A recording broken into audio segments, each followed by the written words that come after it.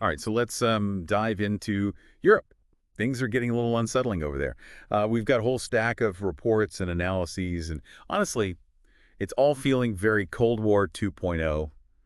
Imagine, opening your mailbox, and there's like a government pamphlet titled "In Case of Crisis or War." Like that's got to feel a little surreal. Like, well, guess what? That's exactly what's happening in Sweden right now. Yeah, it definitely makes you stop and think, doesn't it? And it's not just Sweden either. This pamphlet thing is happening at the same time that Dmitry Medvedev, Russia's former president, is making some pretty serious nuclear threats. And at the same time, we're seeing a lot more European countries getting ready for a possible conflict. We're talking like reactivating old bunkers, updating survival guides, the whole shebang. Okay, so this isn't just like a random pamphlet then. There's something bigger going on here. So what we're going to do in this deep dive is try to figure out, are these just isolated incidents? Or are they all connected? Part of some kind of bigger and more worrying puzzle. And the big question, of course, what does all this mean for you listening right now? Exactly. It's easy to think of these things as separate events. But when you start connecting the dots, it's pretty hard to ignore what they could mean. So let's start with Medvedev's statements. He's been pretty loud about Western nuclear weapons in Ukraine, saying that they would be seen as a direct attack on Russia, and that would justify a nuclear response from them. He even said that just talking about this is basically the same as getting ready for nuclear war. Wait, so even just discussing the possibility is a problem for him. That seems kind of extreme, doesn't it? And it's not just talk, is it? I mean, we have sources that say Russia's updated their nuclear doctrine to make it easier for them to actually use these weapons. So what's the deal here? Is this a real threat that we should be worried about? Or is something else going on? Well, that's the million-dollar question, isn't it? Some analysts think that all this talk about nukes is more for show than anything else. They say that Medvedev is probably talking to the Russian people, maybe trying to get their support for the war, or to get them ready if things get worse. So it's like a way to control what people in Russia are thinking, even if it's not really true. But why focus on nuclear threats? I mean, that seems like a pretty intense way to get people on your side. Yeah, it does seem a bit over the top, right? But you gotta remember, this is a government that loves propaganda and making themselves look strong. And for better or worse, nuclear weapons are seen as like the ultimate symbol of power. Okay, so maybe it's about sending a message then, to the Russian people and to the West. But if that's the case, what are they trying to say? That's where things get really interesting. On the one hand, it could be that they're desperate and trying to scare the West into not helping Ukraine. They're hoping that if they make everyone afraid of nuclear war, the West will stop sending aid. So a classic scare tactic. Make everyone too scared to do anything. But on the other hand, On the other hand, it could mean something much worse. What if they're not bluffing? What if they're actually setting things up so they can use nukes? that's a pretty scary thought. Speaking of scary thoughts, this pamphlet that Sweden's sending out, the In Case of Crisis or War pamphlet, it's not exactly light reading. It's full of survival tips, checklists for getting your home ready, even advice on how to find air raid shelters. It's like something out of the Cold War. Yeah, and it's not just Sweden. Finland has a digital guide like that, too. And Norway just updated their pamphlet from 2018. We're also hearing that Germany is trying to get their old bunkers in Berlin working again. Wow. So it's not just one country then. It's a whole bunch of European nations that are suddenly getting really serious about preparing for a conflict. It's like they can sense that something is changing, that things are getting more dangerous. What's really interesting is the historical context. For decades, the idea of a big war in Europe seemed impossible, like something out of the past. But here we are, seeing all these countries doing the same things they did during the Cold War. What does that tell you about how serious they think the threat is? Well, it's definitely not a good sign. But here's the thing. We have reports that Germany only has 579 bunkers for 84 million people. That doesn't seem like nearly enough, does it? You're absolutely right to point that out. It shows just how unprepared they might be, even if they're trying their best. And it makes you wonder, can any country really be prepared for something as bad as a nuclear attack? That's a sobering thought. And then there's that DHL plane crash in Lithuania. The security footage shows the plane coming down normally, and then suddenly there's this huge fireball behind a building. It just seems suspicious, doesn't it? Yeah, the circumstances of that crash are definitely strange. It's tragic that one crew member died. But luckily the others survived. German officials are thinking it might be sabotage or some kind of hybrid warfare. They're pointing to things like GPS signals getting messed up and a data cable being cut in the Baltic Sea. Oh, and they're even saying it could be connected to those reports about Russia trying to start fires on cargo planes back in July. Didn't the Wall Street Journal write about that? Yes, they did. Their report said that they found incendiary devices in Leipzig, Germany. And in the UK back in July, some European officials think that Russia was behind it and that they were trying to target cargo and passenger planes flying to North America. So are we seeing a pattern here? Like a Yes. bunch of separate incidents that are actually all part of a plan to cause trouble and disruption? It's a possibility we can't ignore, but for now, the Lithuanian authorities are downplaying the sabotage idea, saying there's no real proof. It's a confusing situation, and it might be hard to ever know the truth. Right. So we have these different stories, Mm. and it's hard to know who to believe. But no matter what the cause, this crash just makes things even more tense. It's like everyone's on edge, just waiting for the next bad thing to happen. And speaking of unsettling things, there's one more piece of the puzzle we need to talk about. Russia is making a lot of mobile bomb shelters that are supposed to protect people from nuclear blasts. They're called the KUBM shelters, and they're built like tough shipping containers. Each one can hold 54 people. Wait, what? Nuclear-resistant shelters. That sounds like something out of a movie. Why would they be doing that now? Well, that's the question that's keeping a lot of analysts up at night. Is it just to protect people? Or is there something more to it? Yeah, it's hard to just ignore it, isn't it? Yeah. I mean, on the one hand, you could say it's just a government being responsible, right? Like taking care of its people if the worst happens. But when you put it together with everything else that's going on with Medvedev's talk and, the whole global situation, it starts to feel a lot more, well, ominous, I guess. Yeah, you're right. It's like they're saying, hey, we're ready for nuclear war, are you? Which is a pretty terrifying thought, to be honest with you. But who are they trying to scare here? I mean, is it the West? Are they trying to get them to stop helping Ukraine? Or are they trying to scare their own people? That's the big question, isn't it? Mhm. It's probably a message for everyone, really. Mm-hmm. I mean, think about it. When they show off these nuclear shelters, it makes Russia look strong and prepared. It's like they're saying, we're not backing down from anyone and we're ready for anything. Mhm. So it's like a power move, trying to intimidate everyone by showing they're not afraid of using nukes. But what about the people in Russia? What are they supposed to think about all this? That's where things get really interesting. For the people in Russia, seeing these shelters could make them feel like the government is actually taking care of them. Like they're trying to keep them safe. It could even make them feel more united, like they're all in this together facing a common enemy. Yeah, but wouldn't it also make them really scared? I mean, if the government is building nuclear shelters, it must mean they think a nuclear attack could actually happen, right? Exactly. And that's where the psychology of it all comes in. By making people think about nuclear war even just a little bit, it makes them more willing to accept certain things, like giving up some of their freedoms or putting up with hardships, all in the name of national security. So it's about controlling the story and what people think, making them support the war, even if it means living in fear. It's a messed up tactic, but it's one that's worked before. And it's interesting because Sweden actually talks about this psychological stuff in their new survival guide.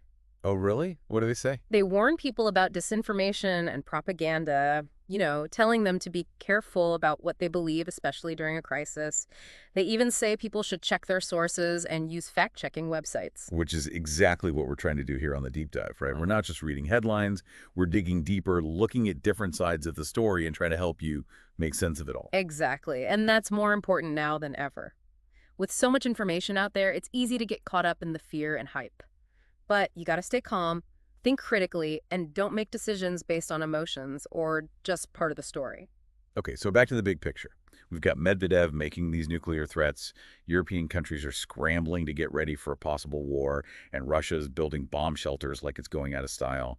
It's all pretty overwhelming, to be honest. Yeah. Are we really on the brink of a bigger war in Europe, or is this all just a dangerous game?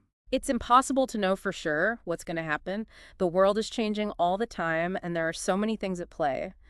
But I think it's safe to say that the risk of conflict, even a really big one, is higher now than it's been in a long time. That's not very comforting. Mm. But even if we somehow avoid a full-blown war, it feels like we're already living in a new era of anxiety and uncertainty. Yeah, I agree. You can't deny the impact all of this is having on people. It's changing how we see the world, how we think about the future, and even how we treat each other. It's like the whole world is holding its breath, just waiting to see what happens next. And that brings us back to that DHL plane crash we were talking about, whether it was an accident or something more intentional. What are some of the signs of hybrid warfare that we should be looking out for? That's a great question. Hybrid warfare is all about making things blurry, blurring the lines between peace and war. It's about using a mix of tactics, some traditional, some not, to destabilize and weaken an enemy without actually invading them. So things like cyber attacks, spreading fake news, messing with their economy, even seemingly random things like the DHL plane crash. Exactly. And that's what makes hybrid warfare so hard to fight back against. It's tough to say for sure who's doing it and whether something was intentional or just bad luck. So in a way, it's about creating chaos and confusion, making it hard to know what's real and who to trust. Exactly. That's why it's so important to be aware of these tactics and figure out ways to counter them. It's about being resilient, both as individuals and as a society. Okay, so let's talk about resilience. We've talked about the practical stuff like having supplies and a plan in case of emergency. But what about the mental and emotional side of things? How do we prepare ourselves for a possible conflict, or even just the constant stress of living in a world that feels so unstable? That's such an important question and one that people don't talk about enough. It's about building mental toughness, finding ways to deal with stress and anxiety, and having a strong community and support system. So it's not just about having a bunker and a bunch of canned food. It's about being mentally and emotionally ready for anything. Exactly. It's about having a resilient mindset, being able to adapt, and never losing hope, even when things are tough. And that's a powerful message, isn't it? Even in these uncertain times, we still have the power to choose how we respond, how we prepare, and how we support each other. Absolutely. We're not just watching this all happen. We have a say in things, and we can make choices that make us stronger and help our communities. So what do we do now? What are the main things we should take away from this deep dive? What can we do as individuals to deal with this increasingly complex and uncertain world? Well, the first thing is to accept that this is the reality we live in now. The threat of conflict, even a really big one, is real, and it's not going away anytime soon. So pretending everything is fine isn't an option. Definitely not. The second thing is to stay informed. We need to know what's happening around us, why people are doing what they're doing, and what could happen as a result. And that means being careful about what information we trust, right? Not just believing everything we see on social media or the news. Exactly. Be skeptical. Check your sources, consider different viewpoints, and don't be afraid to ask questions. Okay, so stay informed, be critical, and don't panic. Yeah. What else?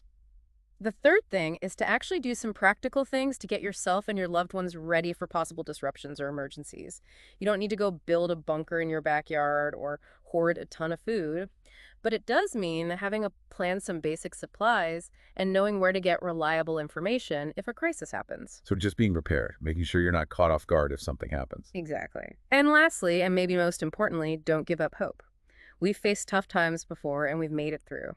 Humans are resilient and we're really good at adapting, finding creative solutions, and helping each other. That's a good point. It's easy to get lost in all the negativity, but we have to remember that we're not helpless. We can make choices that make us stronger and help create a better future even when things are tough. Couldn't have said it better myself. It's about focusing on what we can control, doing what we can, and staying true to our values and our communities. So we've talked about all this stuff happening in Europe, right? The Mm. nuclear threats, the bunkers, even those pamphlets. But the thing that really gets me is how much of this feels like some kind of mind game. That's interesting, and I think you might be right. We always think about the physical side of war, right? The weapons, the defenses, but the psychological side is just as important, maybe even more. Exactly. It's like Medvedev is playing chicken with the West, using those nuclear threats to try and get them to back down on Ukraine.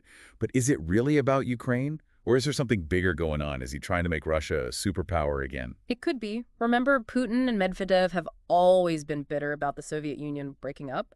They see it as a huge loss for Russia. They might be trying to get that power back. And they see nuclear weapons as the ultimate way to do that. So are we like in a new Cold War, but with even higher stakes? It's a scary thought, but it feels like that's where we're headed. Yeah, there are definitely some similarities.